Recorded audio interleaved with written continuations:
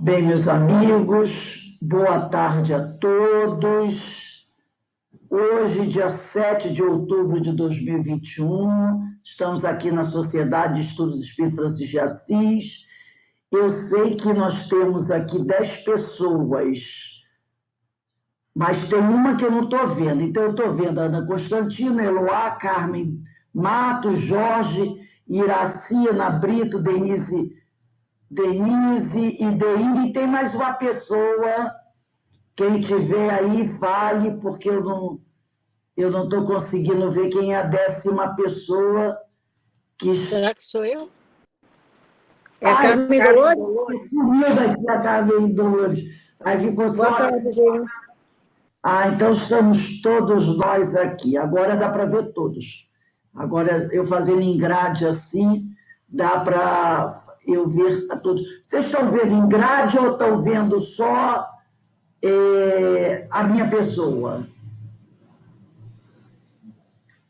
Estão vendo? Eu ponho sempre em grade. Eu só coloco quando você põe o computador, a tela do computador, aí eu ponho automático. Assim, em grade fica melhor para eu poder ver todo mundo, né?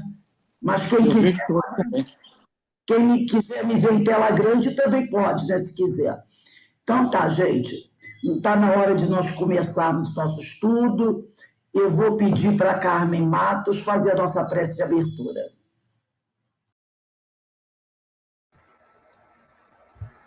Então, pedimos a permissão do Senhor para iniciarmos essa noite de estudos, agradecendo muito a presença dos mentores, dos espíritos amigos, que eles possam nos envolver, que eles possam nos facilitar o entendimento e que possamos absorver o máximo desses ensinos, desse conhecimento tão importante para a nossa vida. Que Jesus nos abençoe, hoje e sempre, graças a Deus.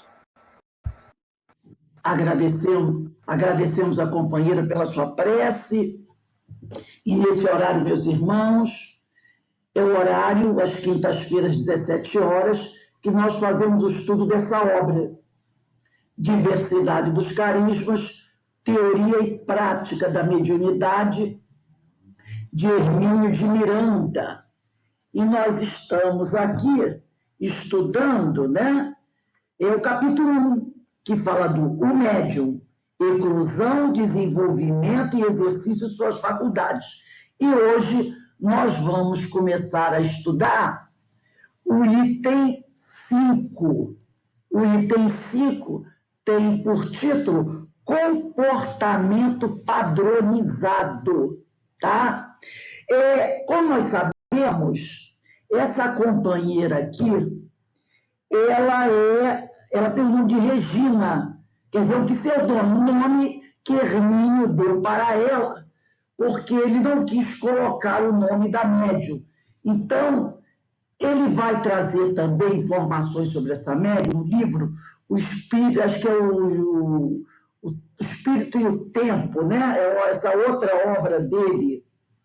Ele até comenta no prefácio, deixa eu olhar aqui, só para a gente falar a coisa certa, ele vai trazer, acho que é o Espírito e o Tempo, sim, o outro livro dele, A Memória e o Tempo, desculpa, A Memória e o Tempo.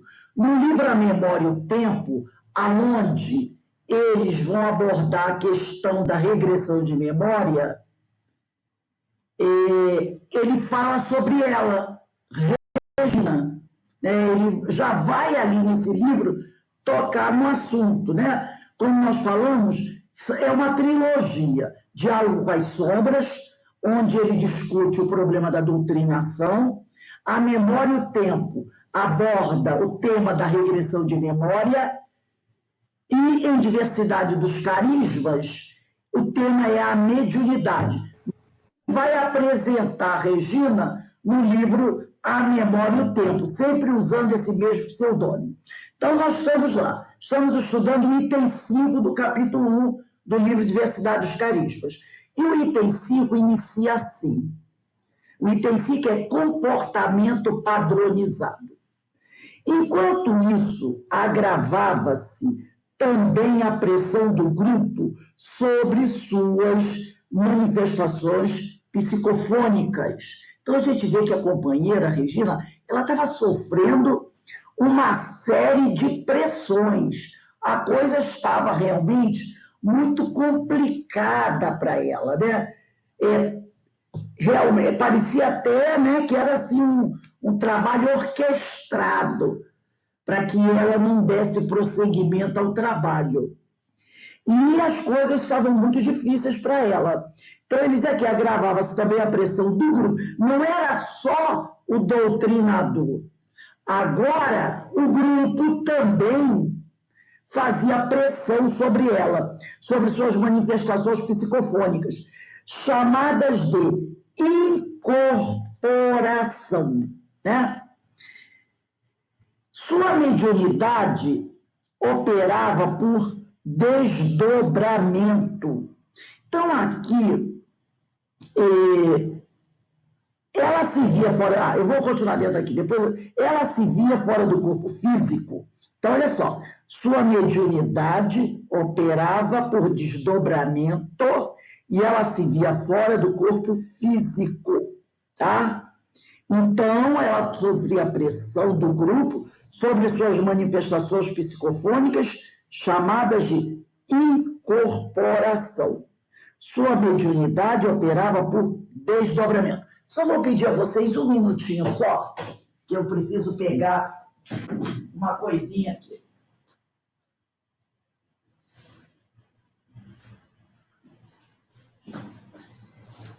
Tem umas anotações que eu trouxe aqui.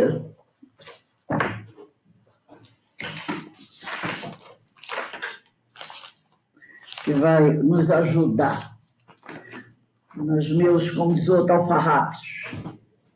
Então, vamos lá. Eu vou começar, eu não pedi para vocês pegarem. Se alguém tiver esse livro aqui, eu acho que Denise tem. Eu vou usar, tá? Do Campete. Esse livro aqui, não sei se vocês conhecem, Transe e Mediunidade, de Palhano Júnior, tá? Eu vou colocar aqui, ó. Transe e Mediunidade, de Palhano Júnior. Nesse livro, ele vai trazer umas informações que eu achei bastante pertinentes. Deixa eu pegar aqui. Tá. É no capítulo que fala do desdobramento, né? Ele vem fazer uma série de considerações. É o capítulo 5 desse livro. Quem quiser depois, está aqui. Ele vai falar o seguinte. Deixa eu só confirmar o número do capítulo, porque se alguém quiser depois verificar, tiver o livro depois, capítulo 5 não, capítulo 6, livro Transe e Mediunidade, capítulo 6, que tem por capítulo 6, que tem por título Médiuns, item desdobramento, tá? Desdobramento. Porque aqui ela fala do seguinte: enquanto isso agravava-se, também a pressão do grupo sobre suas manifestações psicofônicas, chamada de corporação. Sua mediunidade operava-se por desdobramento, que são tantas as informações aqui que eu quero trazer para citar isso mesmo. Então, ele diz assim: o que é o desdobramento? Forma de dissociação psíquica com lucidez.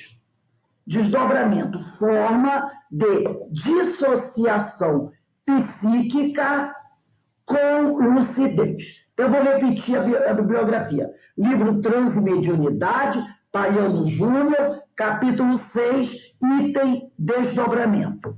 Forma de dissociação psíquica com lucidez. Geralmente, o transe é superficial e embora o espírito se projete para além do corpo somático. Pode ser um transe anímico ou mediúnico, tá? Então, pode ser um transe anímico ou mediúnico. O espírito do médium desprendido percorre regiões espirituais e entra em contato com os espíritos, encarnados ou não. Então, ele pode entrar em contato com o espírito de encarnados. E aí ele continua, de desencarnados, então, e entra em contato com os espíritos encarnados ou não, quer dizer, encarnados ou desencarnados, participando até onde permite o seu grau de dissociação. Então, ele vai participar até onde a sua capacidade de dissociação psíquica permitir. Alguns, por serem pessoas mais experientes, né, com um conhecimento maior, ele pode ter uma participação mais ativa. Vamos pensar no Chico Xavier, só para a gente ir lá para o extremo. Outros, um médium iniciante, vai ter uma capacidade de dissociação psíquica, de repente, menor. Então, essa participação do médium vai até onde o seu grau de dissociação permitir. Nessa variedade de fenômeno, o espírito semi-liberto do corpo apresenta uma característica que não é encontrada no estado sonambúlico, a lucidez, pois quando sai do transe, lembra-se de tudo que realizou durante a sua projeção astral. Tanto na forma sonambúlica quanto na do desdobramento simples, o espírito do médium pode apresentar-se a outros médios no chamado fenômeno de bilocação. Agora, a gente vai fazer um comentário aqui sobre esse tema que eu já conversei aqui com o pessoal. Por quê? Porque, às vezes, as pessoas confundem bilocação, que também é conhecida como bicorporeidade, tá? Bilocação é outra denominação para o fenômeno de bicorporeidade. O pessoal confunde bilocação com ubiquidade. Então, é preciso tomar cuidado, porque às vezes as pessoas elas fazem essa confusão. Então, vamos ver aqui. O que é ubiquidade? Ubiquidade é quando o médium ele pode ser percebido ao mesmo tempo em 2 ou mais lugares. O espírito ele não está localizado em 2 lugares ao mesmo tempo. Tá? Ele pode irradiar o pensamento e ser percebido em vários locais. Porque aí o pessoal diz assim, ontem doutor Bezerra esteve em 3 reuniões, no caso espírita. E aí você vai ver o horário, é o mesmo horário. Aí o pessoal diz assim, o espírito pode se dividir? Não. Mas ele pode irradiar o pensamento de tal forma que ele possa ser percebido em vários lugares ao mesmo tempo. O pensamento dele pode alcançar várias pessoas em locais diferentes. Ele estando num lugar só e, logicamente, dependendo da capacidade evolutiva do espírito, ele irradia o pensamento dele. Imagina a capacidade de ubiquidade de Jesus. Entendeu? Ele irradia o pensamento dele, estando ele aonde ele estiver. Lá, né? Vamos dizer assim, num local muito distante, vamos imaginar. E o pensamento dele alcança vários lugares ao mesmo tempo. Isso é o fenômeno de ubiquidade. Agora, então nós não podemos confundir bicorporeidade com ubiquidade. O que é a bicorporeidade? Que é também chamado de bilocação. O corpo físico num lugar e corpo espiritual em outro lugar. É o desdobramento. Temos o exemplo de Eurípides, aquele exemplo muito famoso, né? Onde quando Eurípides estava na escola dando aula e ele capta uma mensagem de uma companheira que está para dar à luz, necessitada de ajuda. O marido dela está vindo para a escola pedir ajuda de Eurípides, mas são léguas e léguas de distância, o homem vem a cavalo. E Eurípides entra num transe, que é o estado alterado de consciência, e se desdobra, tá? O espírito, acompanhado do seu perispírito, vai até a residência da companheira. Ele está lá na escola, e ele fica lá parado, cabeça baixa, em silêncio. Os alunos já sabiam, quando acontecia isso, aí ficava toda a turma em silêncio.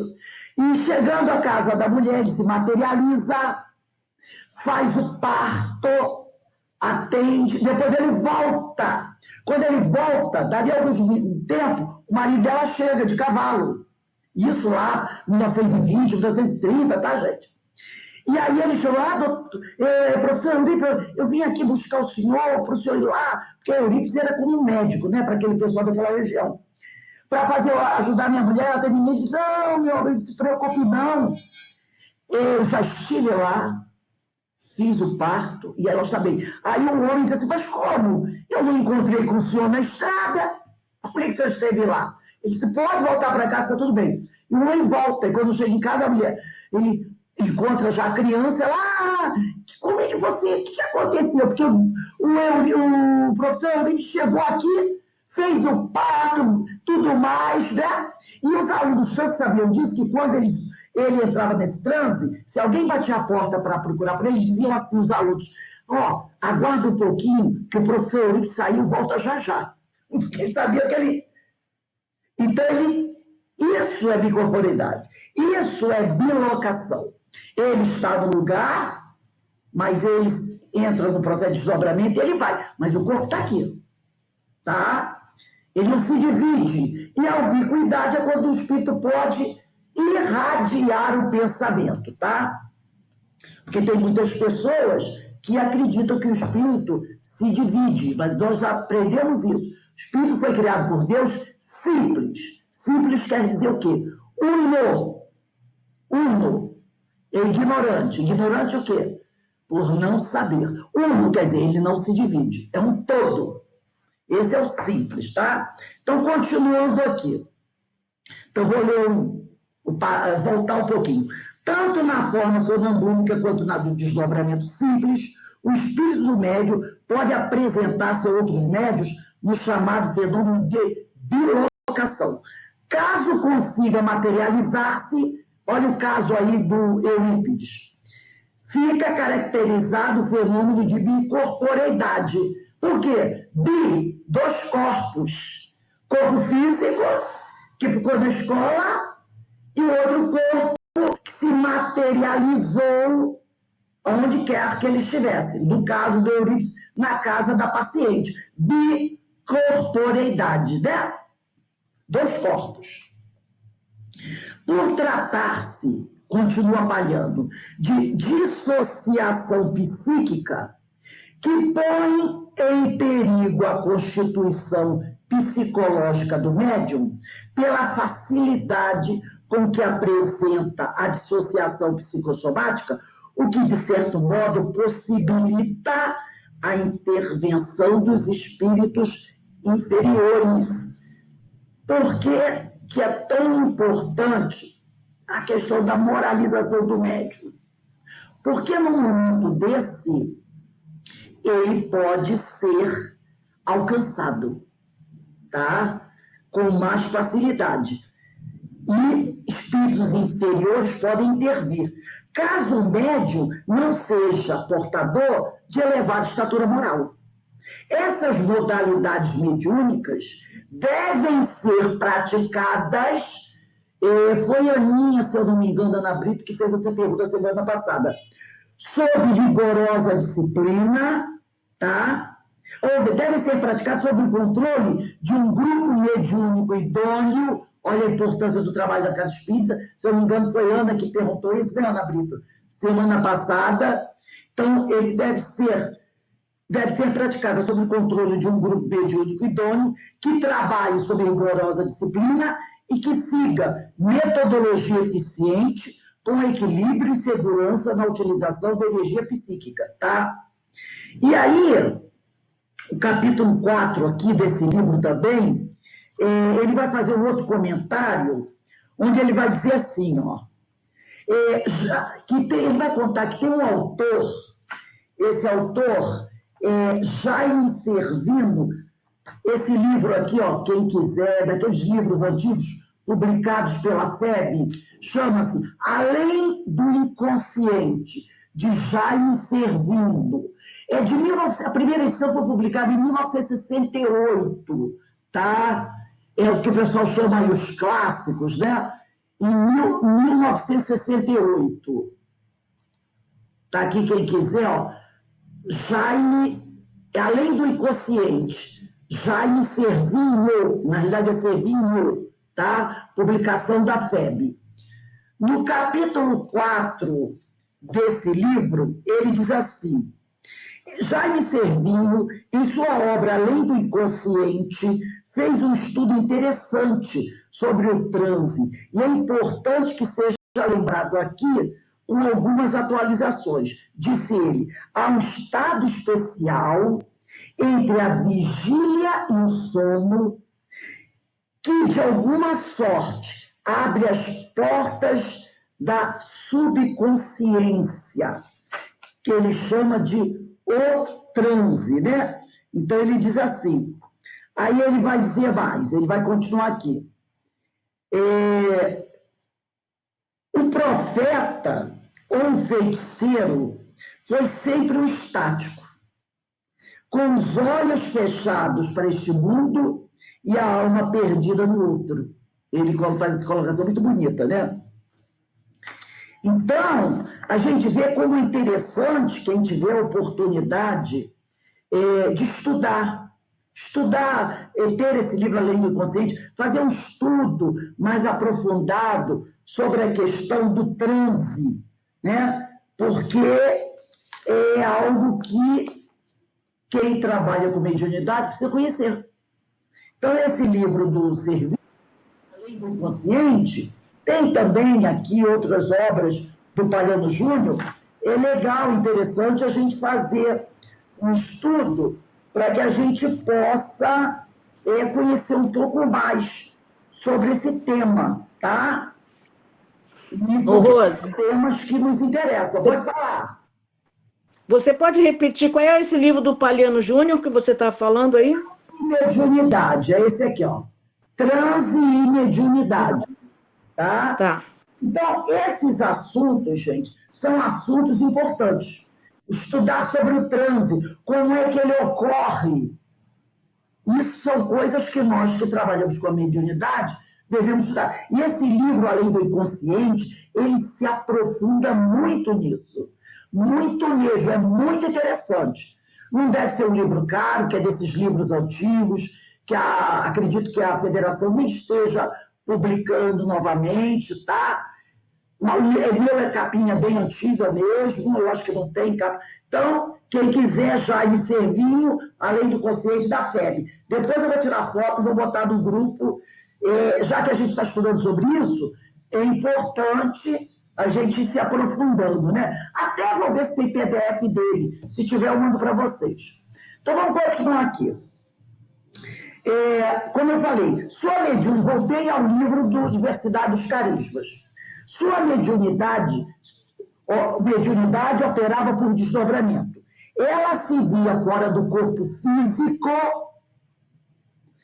o manifestante aproximava-se e assumia seus controles mentais sem tumultos, tá? Sem tumultos ou excessos. Eram normais as manifestações, sem gritos, sem palavras inconvenientes, sem atitudes de agressividade ou descontrole.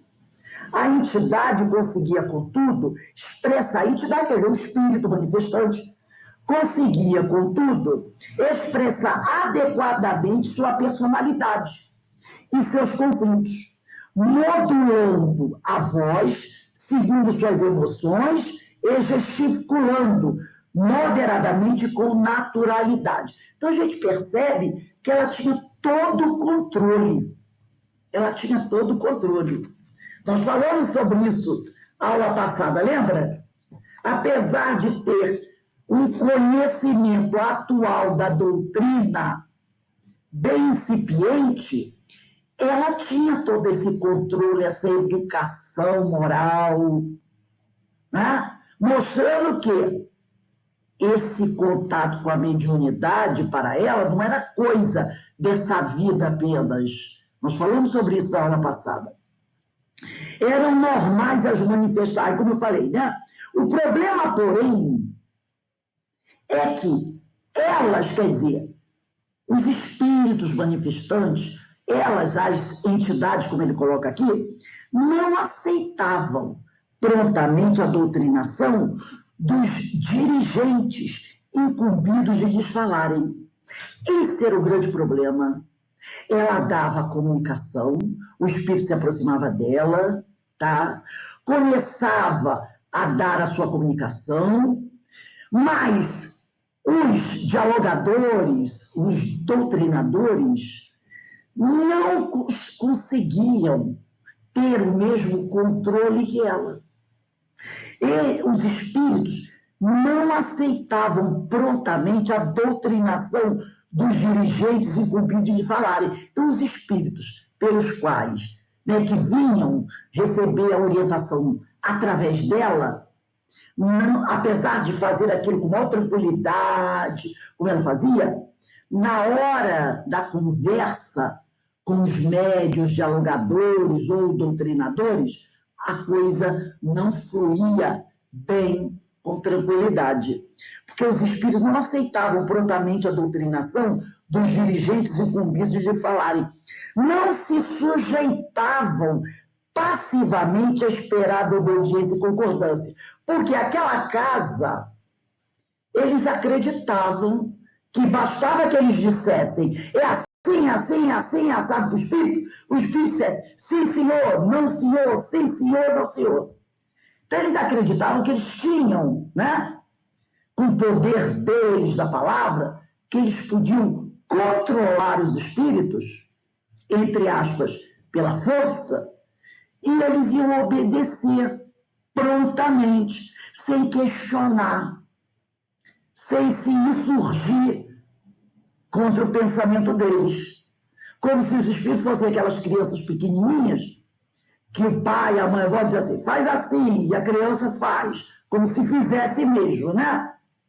Então, eles acreditavam, queriam isso dos espíritos. Da mesma maneira que eles conseguiam obediência absoluta dos médiuns da casa, até então, eles queriam também que os espíritos obedecessem assim. Que eles chegavam por médium, você tem que fazer assim, assim, assim. E o médium fazia. E que os espíritos obedecessem da mesma forma. Mas aí a coisa não acontecia assim. Elas, as entidades, discordavam, contestavam, expressavam suas próprias ideias, aquelas que vinham através da Regina, e pontos de vista. bem como a intensidade de suas emoções e convicções, porque ela deixava que eles expressassem suas emoções e convicções. Isso era desastroso para a pobre e aturdida médium. Terminadas as reuniões, ela era chamada à parte para a nova sessão de doutrinação. Tipo assim, ela era chamada para o cantinho da conversa, né? O cantinho da conversa. Para a nova sessão de doutrinação. Aí era ela que tinha que ser doutrinada, né? Dessa vez dirigida especificamente a médium. Coisas como esta. O que ela ouvia do dirigente do trabalho era isso.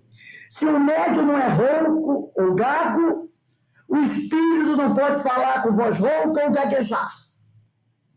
Então, é esse tipo de coisa. Outra, se o médium é mulher, não se admite que o espírito fale com voz grave de homem.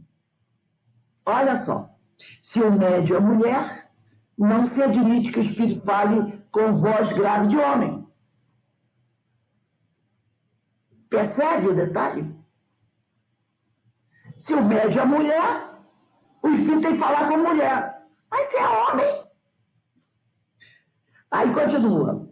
E nada de gestos ou movimentação do corpo, dos membros ou da cabeça. E nada de olhos abertos. E não podia ela permitir que o tom de voz se elevasse e que a entidade respondesse ao doutrinador com sua cota de contestação. Mas, aí ela fazia essas perguntas. Mas, senhor, o espírito não estava ali precisamente para ser tratado, entendido, compreendido e, se possível, convencido a mudar de rumo? Aí ela faz outra pergunta. Se ele se comportasse dentro dos padrões rígidos da casa, aceitasse prontamente os argumentos ou as imposições dos dirigentes, concordasse com tudo e se portasse como um cavalheiro ou uma dama de esmerada educação, então o que vieram fazer ali? O que ele estava fazendo ali? Se estava tudo certinho com ele. Não é? Só tinha razão para estar ali. A moça ia ficando cada vez mais confusa e insegura. Perguntava o que fazer para evitar que as coisas ocorressem daquela maneira. Indesejável, segundo os padrões ali vigentes. Mas a única orientação recebida consistia que dos dirigentes em dizer que assim não pode ser. Estava encerrada a conversa. Ademais, a pessoa que lhe fazia tais advertências e lhe transmitia tais instruções também funcionava como médium. O dirigente, o orientador, também trabalhava como médium. Obviamente, sua experiência mediúnica era diferente da dela, pois, como vimos, a mediunidade, mesmo dentro da mesma chave classificatória, psicografia, psicofonia, né? Tem seus matizes e peculiaridades individuais. Então, eu posso ser uma médium de psicofonia, a Verinha pode ser uma médium de psicofonia, Carmen também, e nós temos peculiaridades diferentes, porque somos individualidades. Não é porque nós somos médios psicofônicos que temos que trabalhar, agir e ter características exatamente iguais. Não é assim que acontece. O instrutor, no caso, esse que também era médio e dirigente, desejava o impraticável, se não impossível, ou seja, padronizar todas as manifestações mediúnicas pela sua.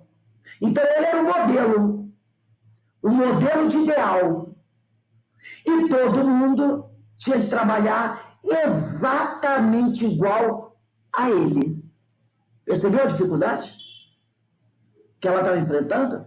Ele era o modelo a ser seguido. E todo mundo tinha que olhar para ele e fazer exatamente igual a ele, né? Que operava de maneira consciente, sem o que costumamos chamar de incorporação, né? Então, tinha um ser como a sua, e ele operava de maneira consciente, sem o que costumamos chamar de incorporação. Aqui eu trouxe, nesse livro, que eu recomendo a vocês, Dicionário de Filosofia Espírita. É um livro bastante interessante, que ele traz uma série de esclarecimentos, tá? É do Pariano Júnior, publicação do Centro Espírita Leão Denis. Dicionário de Filosofia Espírita. Aqui o Pariano Júnior, ele vai falar sobre incorporação. Ele vai dizer assim, ó, incorporação, tá? Porque aqui, ó, o instrutor, no caso, desejava o impraticável, se não impossível, ou seja, padronizar todas as manifestações mediúnicas pela sua, que operava de maneira consciente, sem o que costumamos chamar de incorporação.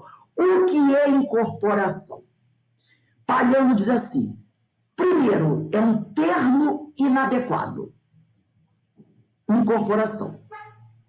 Para descrever o fenômeno de psicopraxia, com X. Psicopraxia. PSI, psico, né? PSICO-PRAXIA. Psicopraxia. Então, eu vou dar um pulinho aqui para ver o que é a psicopraxia. Psicopraxia é ação psíquica. Inclusive, esse livro aqui do Servino, ele fala sobre psicopraxia, tá? Ação psíquica, articulação mediúnica global, podendo controlar todos os centros motores do cérebro. Gestos e trejeitos, contorções, ideia de frio, calor, dor, tristeza, alegria. Pode estar associado à psicofonia ou psicografia. Então, é uma ação psíquica que pode estar associada à psicofonia ou psicografia. Voltando à explicação da incorporação. Termo, como eu falei, inadequado para descrever o fenômeno da psicopraxia. Mas é um termo que já está enraizado no vocabulário popular. Não é? Todo mundo fala incorporação. Então, ele diz que não é o termo adequado, mas está incorporado. É igual a tal da aura. O que é aura? Kardec fala atmosfera espiritual ou atmosfera psíquica. Você vai encontrar na Gênese. Atmosfera espiritual. Mas o povo fala aura. Está incorporado. Quer ver outro? Centros de força. É o termo correto. Mas como é que está incorporado na linguagem popular? Chakras. Mas chakras é uma expressão espiritualista. O termo adequado é centros de força. Tá? Então, continuando aqui. Aí ele fala, a psicopraxia ou incorporação é um fenômeno distinto da psicofonia. Pode dar-se que haja uma ação psíquica sem que o médium fale coisa alguma. Ele pode sofrer uma ação psíquica, mas sem dar nenhum tipo de comunicação. Daí, psicopraxia ser igual a ação psíquica, tá? Então, quando você fala incorporação, e ele diz que é um termo inadequado, você pode ter a psicopraxia sem que o espírito fale alguma coisa. Nesse fenômeno, o médium apresenta um transe global, quando praticamente todos os centros motores e sensoriais do cérebro estão em estado de transe. O espírito que se manifesta, então, pode controlar todo o corpo do médium, fazendo gestos e trejeitos que lhe são característicos, parecendo que tomou o corpo do médium, inclusive escrevendo e falando. Então, pode ter ação de escrita ou verbal, ou pode não ter. Tá? Então, o termo incorporação não é o termo adequado. O termo adequado é psicopraxia, mas incorporação já está incorporado. É só porque pode ser que você vá fazer uma leitura de algum livro, como esses autores mais antigos, eles usem o termo psicopraxia, como ele aqui vai falar sobre isso, vai explicar com mais profundidade. Então, eu acho interessante a gente conhecer, né, o termo adequado. Então, vamos voltar aqui ao livro do Diversidade dos Carismas. Então, ele diz aqui, em outras palavras, né, ele, o dirigente, né, lá da Casa Espírita, não sentia em toda a sua plenitude a presença do manifestante, e nem se entregava a este para que o próprio espírito operasse seus dispositivos mediúnicos, como no caso da moça. Então, ele não quer dizer que ele tivesse problemas, não é? Não quer dizer que ele estivesse errado ou certo. Essa era a característica dele.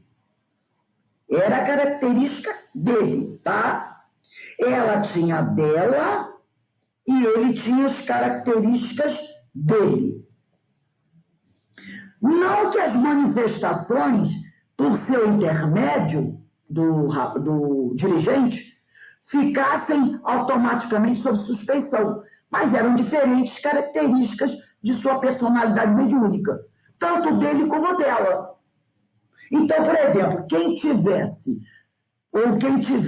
características mediúnicas semelhantes à dela, não pode dizer que as dele estão sob suspeição, porque ele age assim. Como também, quem tiver características semelhantes à dele, não pode dizer que as dela estão sob suspeição. São apenas características diferentes. Então, a gente tem que entender isso, porque às vezes a pessoa toma como padrão a si próprio. O meu modo de dar comunicação é o correto. Aí eu vejo o meu colega lá, porque o colega está dando comunicação e eu estou aqui sem dar comunicação, então eu estou observando. Aí durante a comunicação que ela está dando, ao invés de ele estar vibrando para auxiliar o doutrinador, né, e o médium, ele está fazendo uma análise da capacidade, das características mediúnicas do companheiro, o que já é complicado. E está julgando que está errado a forma dela agir, porque é diferente da dele. Então, não é assim, tá? Cada um tem as suas experiências mediúnicas, mas isso não quer dizer que errado, né? São diferentes. Cada um tem as suas características da sua personalidade mediúnica. Então, a gente vai entrar agora no item 6, insegurança. À medida que se elevavam os índices de pressão sobre ela, aumentava proporcionalmente sua insegurança. Não é nem de admirar, né, gente? A pressão que ela vem sofrendo não é nem de admirar que ela começasse a ter problemas, né? A ficar insegura.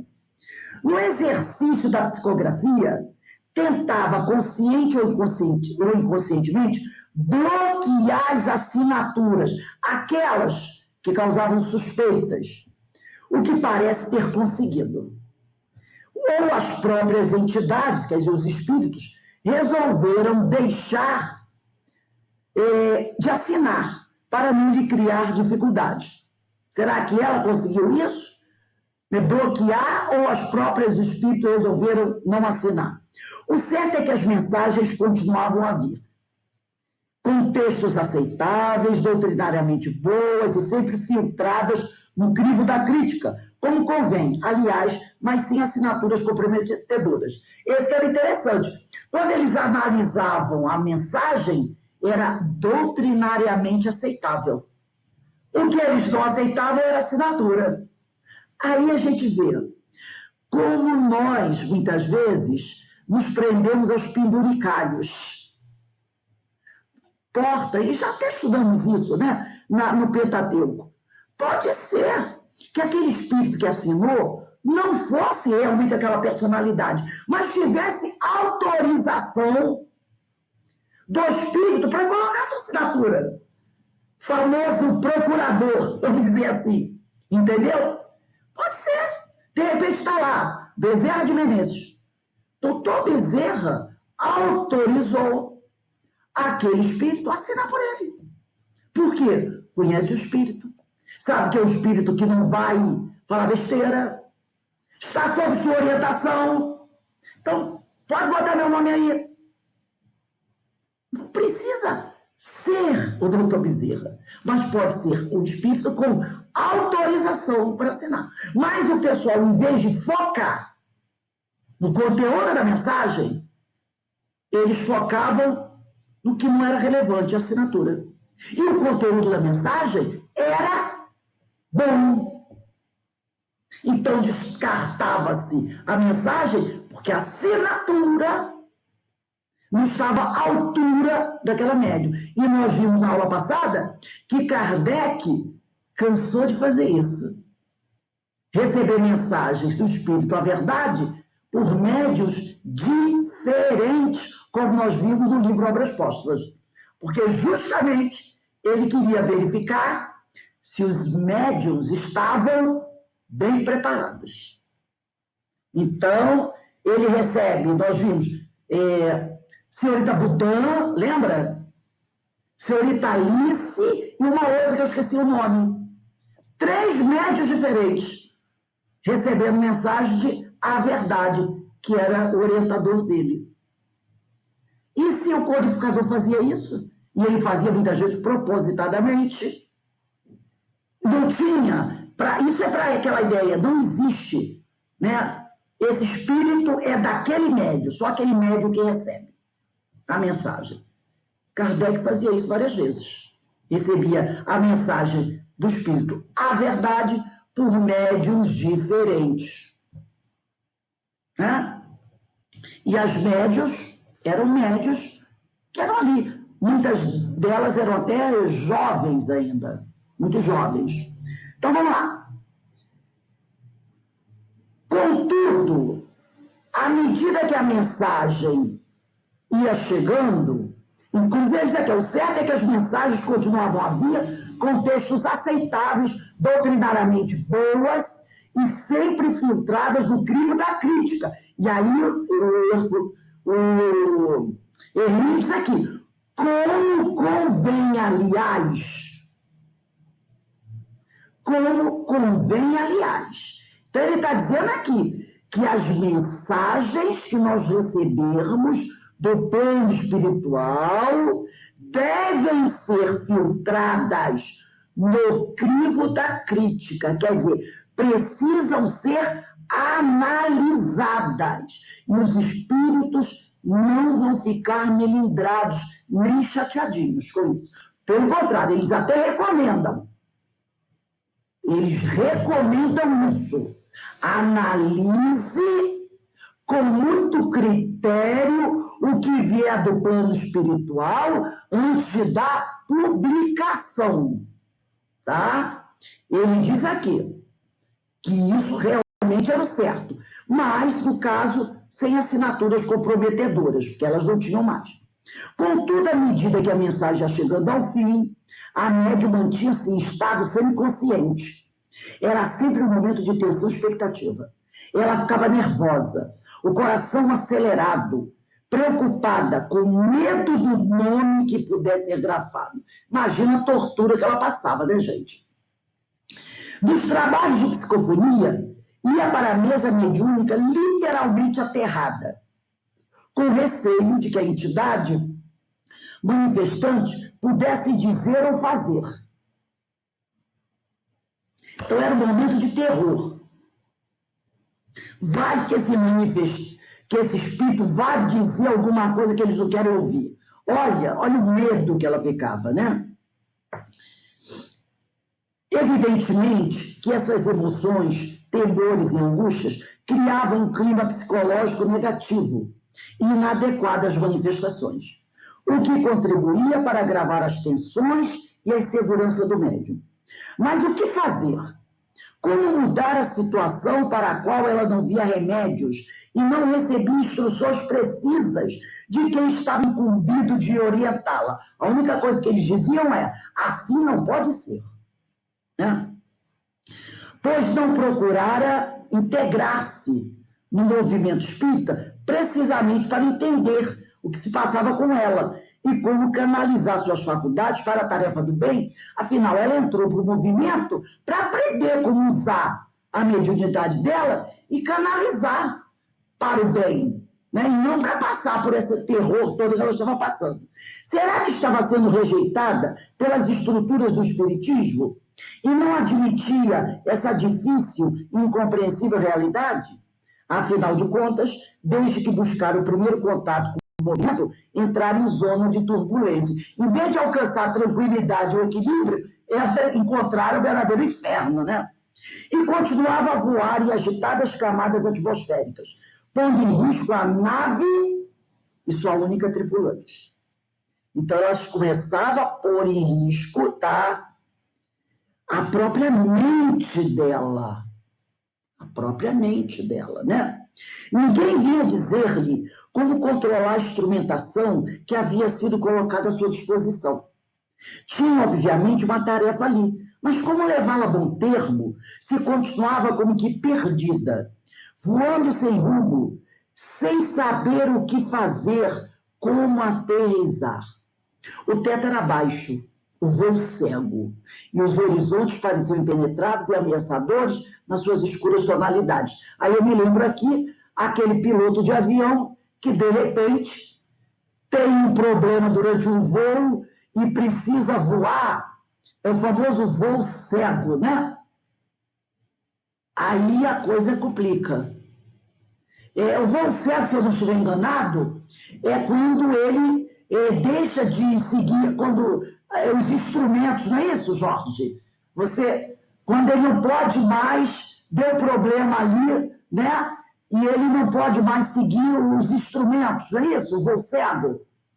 Não sei, não. Eu não sei informar, não. Eu acho que é isso mesmo. O voo cego é aquele quando deu alguma pane e ele tem que ir por ele mesmo, né? Pelo que os olhos... Ele não pode contar. Ele perde a comunicação com a torre. Isso. Ele tem que assumir a responsabilidade. Exatamente. Tem um filho que se formou piloto.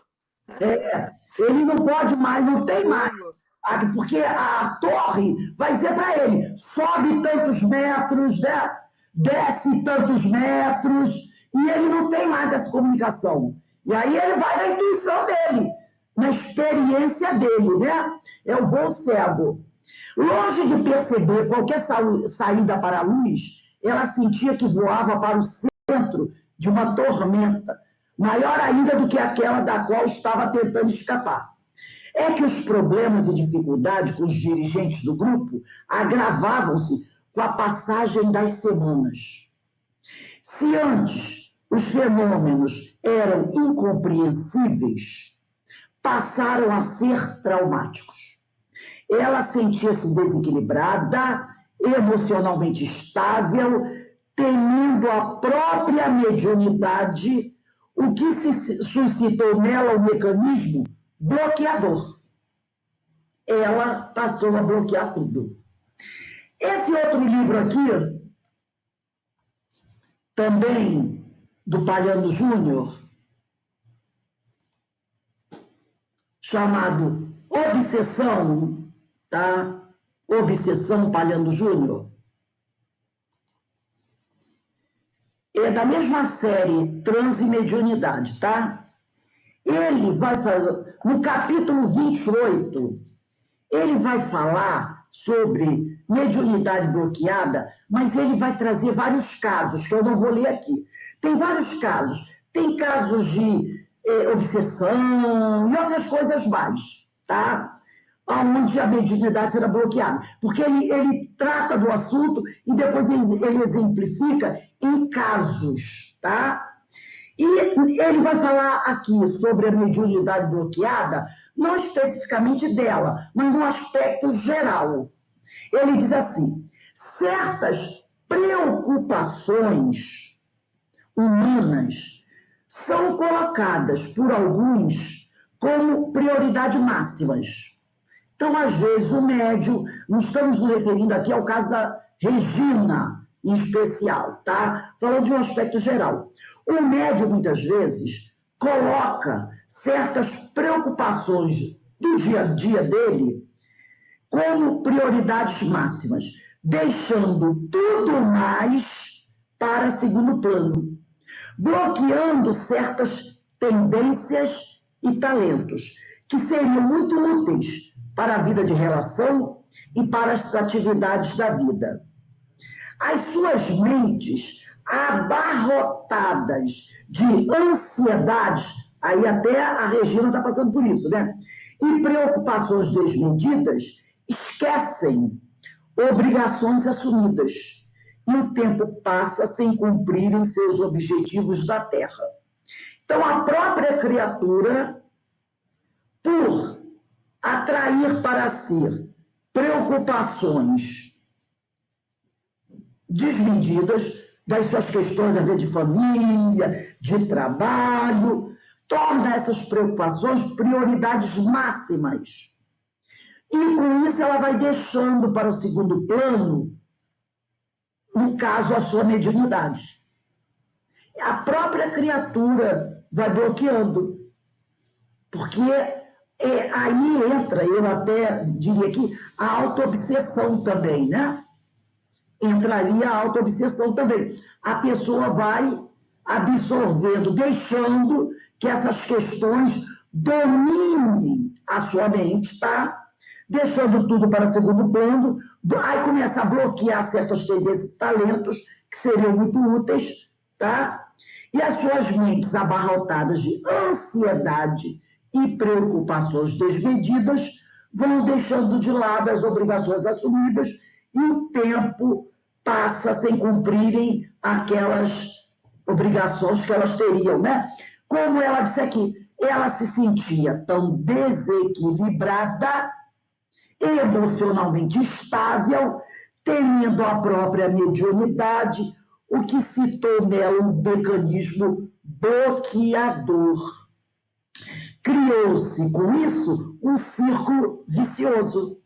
Quanto maior seu esforço em conter as manifestações em busca do padrão mediúnico predominante, mais as coisas se complicavam e mais duvidosa parecia sua mediunidade aos que a policiavam de perto. Porque aí ela começou a ficar estável. E aí eles começaram a dizer, tá vendo? Ela tá com problema, ela tem problemas. Entendiam mesmo os companheiros que suas faculdades traziam vícios de origem, de difícil correção àquela altura. Ao contrário da maioria dos médiuns da casa, que ali mesmo haviam seguido um plano de, entre aspas, desenvolvimento, segundo os padrões locais. A moça era médium espontânea, que se aproximara do grupo já pronta para o trabalho. Ela já estava pronta para o trabalho, mas eles não entendiam isso, porque eles tinham um padrão. Eles tinham um padrão e nada poderia sair daquele padrão, né?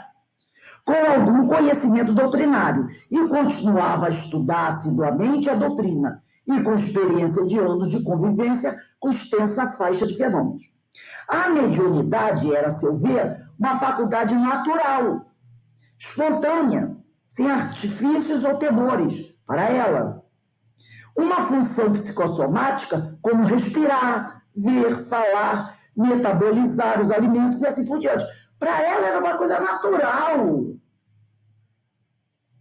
que estava se tornando uma tortura, tá? Desenvolver o quê? Modificar onde, por quê e como, pois não consistiu o exercício da mediunidade em deixá-la funcionar, com as precauções necessárias, é claro, mas permitir a eclosão do fenômeno. Não era essa a ideia? A crítica, o exame atento, o debate, o aperfeiçoamento viriam logo após o trabalho.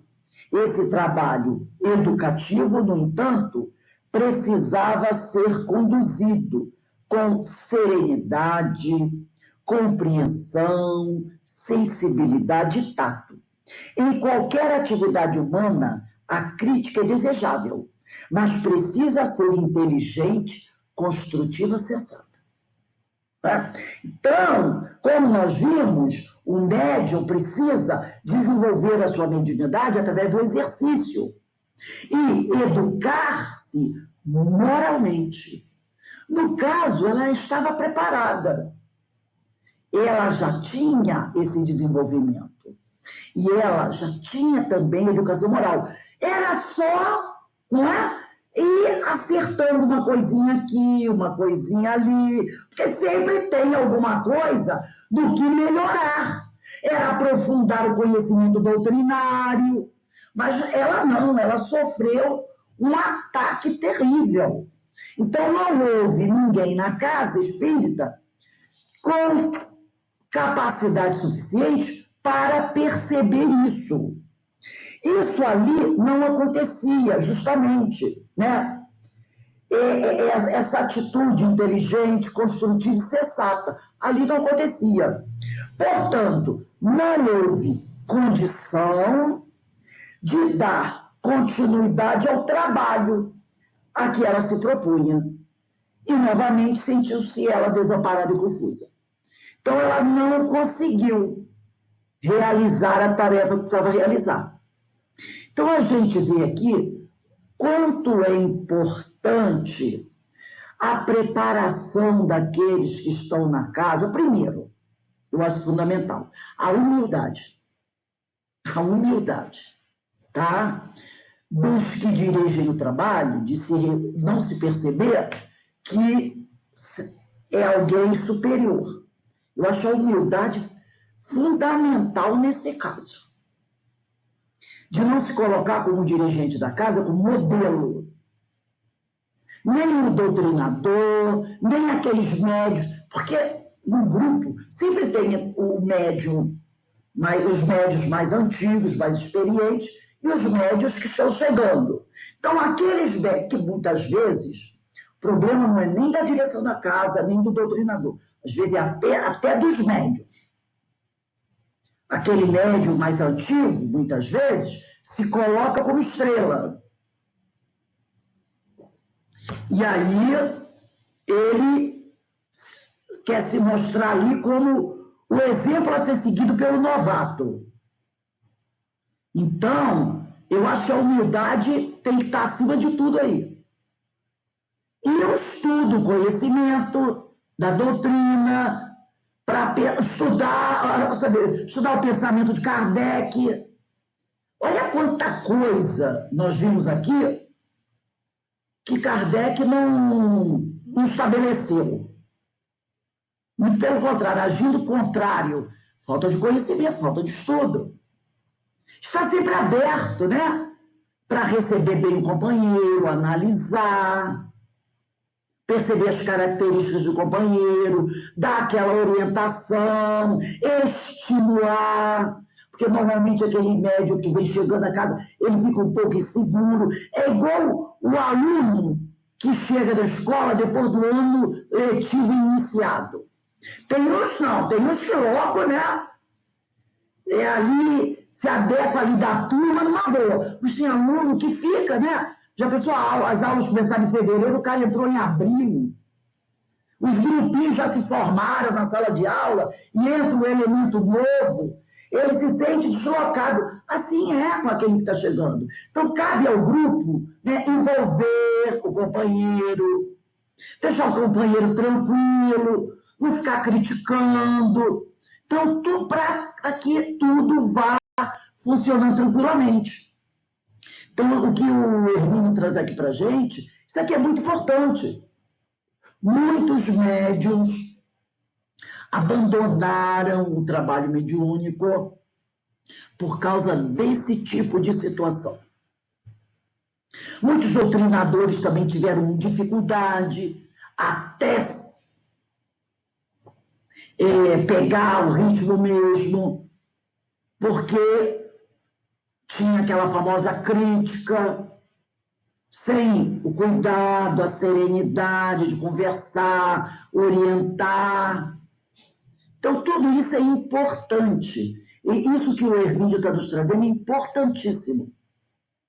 E como nós vimos aqui, cabe também ao médium buscar estudar. Como eu falei, estudar sobre o transe, que é uma coisa importante.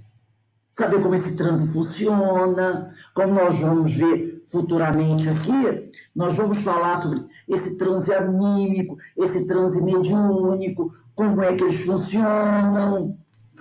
Então, tudo isso aí é muito importante para todos nós. Então, né, nós vamos parar por aqui. Alguém gostaria de comentar alguma coisa sobre isso? Sobre o que nós estudamos hoje?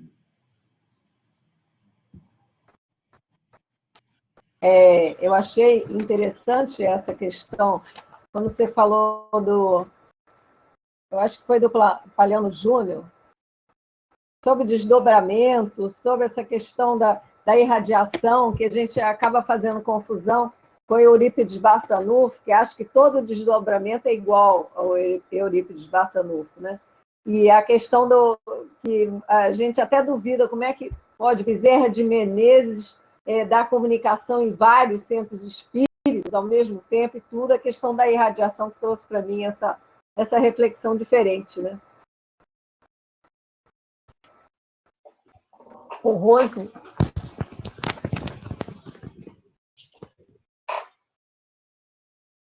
Rose, seu microfone está fechado. Seu microfone está fechado.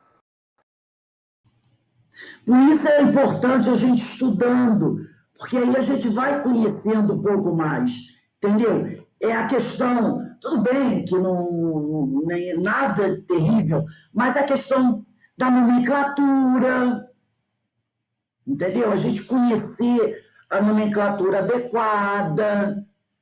E com o passar do tempo a gente vai, né, mudando, por que não? Já está incorporado. Mas se o termo não é o adequado, por que eu não posso passar a usar o termo adequado?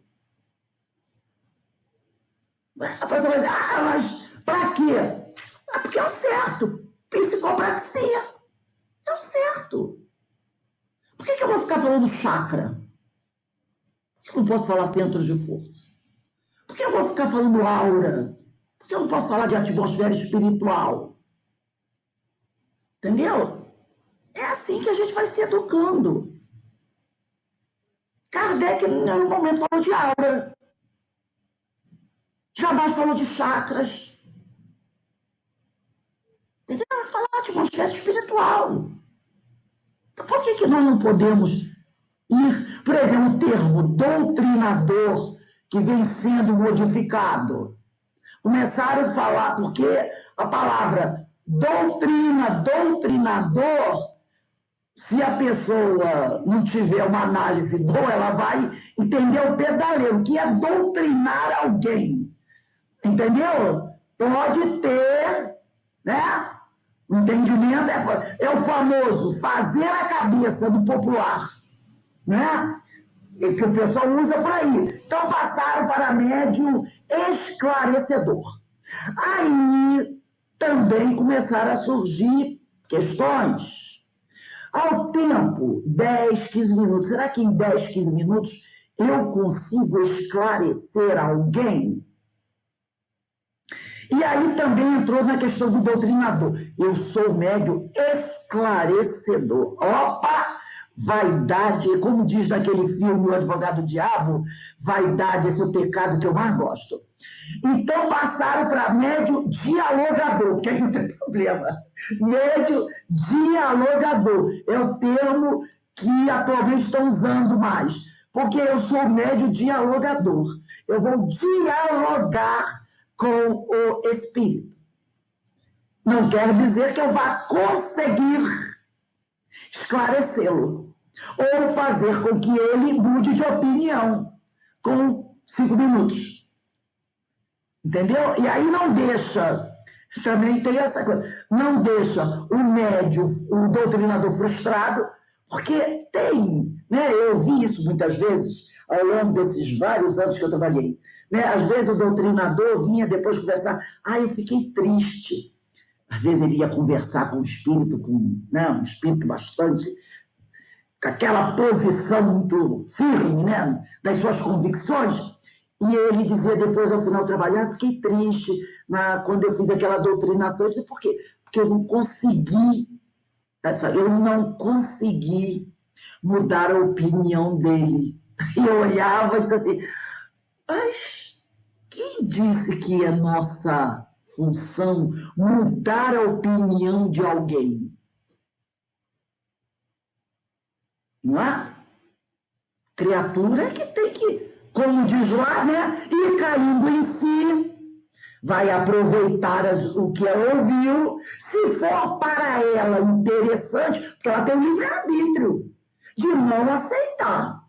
Se acreditar que é interessante, ela pode começar a refletir sobre aquilo, porque é muita pretensão nossa achar que em 5 ou 10 minutos de conversa nós vamos conseguir fazer com que alguém que tem aquelas ideias encasteladas na sua mente, às vezes, há séculos, e você, com meia dúzia de palavras, vai desmontar aquele castelo ali. Isso é uma questão dela. Então, eu gosto desse termo médio dialogador, porque você foi dialogar com ele, como você dialoga com qualquer outra pessoa. Agora, tem seus momentos, não é? E cabe ao outro se vai aceitar ou não. Então, eu acho que esse termo médio dialogador... Então, são coisas que a gente vai estudando, conhecendo, e no que a gente puder ir mudando, a gente vai mudando. Não tem esse negócio, é metido falar psicopraxia. Por quê? É um termo científico. É um termo científico. E não é de hoje que dizem que incorporação é um termo inadequado. Não é de hoje. Né? Porque incorporar parece que ele entrou em mim. Então, isso não acontece. Né? E a gente, mais tarde aqui, a gente vai ver essas questões. Alguém gostaria de falar mais alguma coisa? Não? Moça. Oi. Duas coisas. Uma, essa questão do desdobramento, né? A Ivone tem uns exemplos que são, assim, maravilhosos, né? Inclusive, até em cima do que você colocou aí da questão de você fazer um desdobramento sem um acompanhamento, quanto que você pode ser envolvido por espíritos, né, inferiores. Tem casos, acho que é no Recordações da Mediunidade, são muito interessantes. E esse final aqui também, que ele coloca aqui, né, da gente conduzir, estar conduzindo com o companheiro que está chegando, né?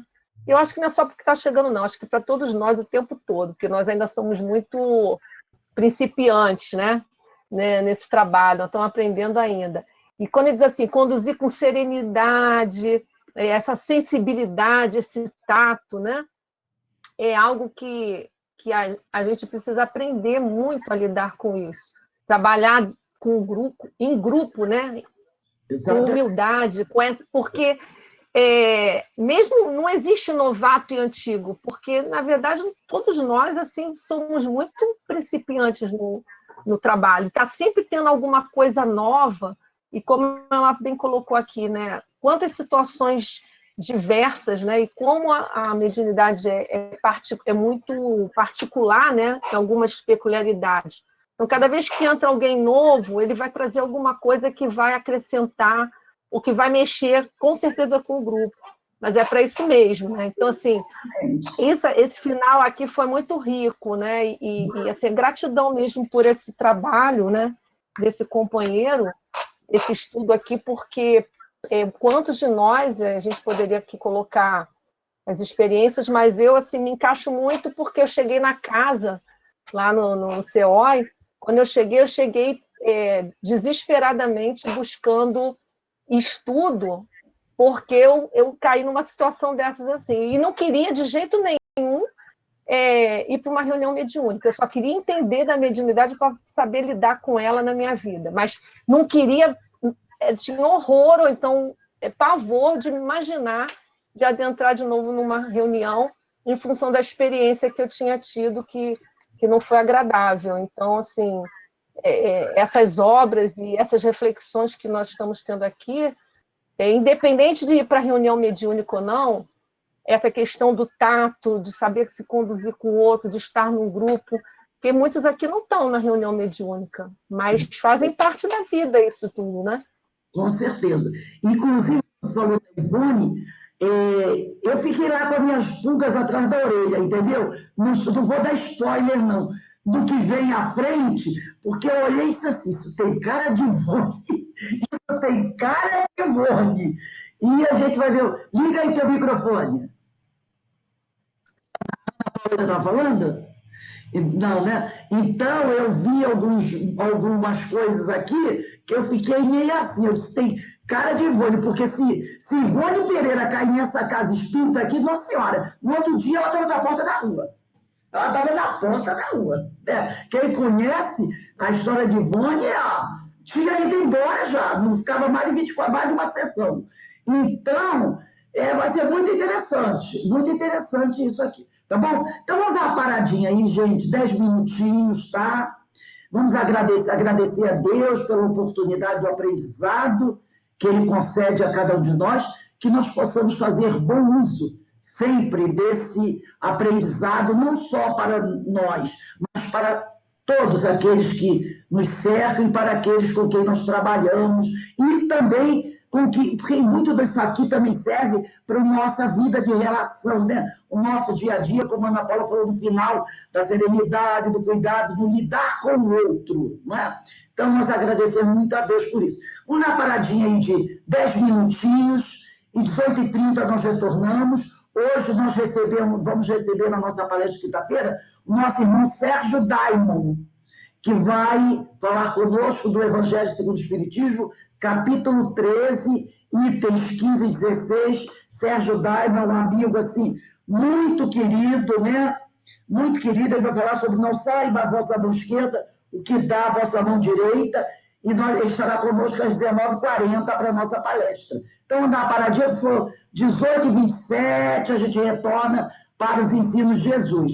Hoje a nossa palestra começa às 19h40, Denise, o estudo pode ir aí até 19h25, né? Dos ensinos de Jesus, pode ir até 19h25, que aí a gente para, que 19h40 começa a nossa palestra pública, que o horário retornou, 19h40. Então, até 19h25, pode levar os ensinos de Jesus. Então, vamos dar uma paradinha, 19h30 a gente retorna, tá bom?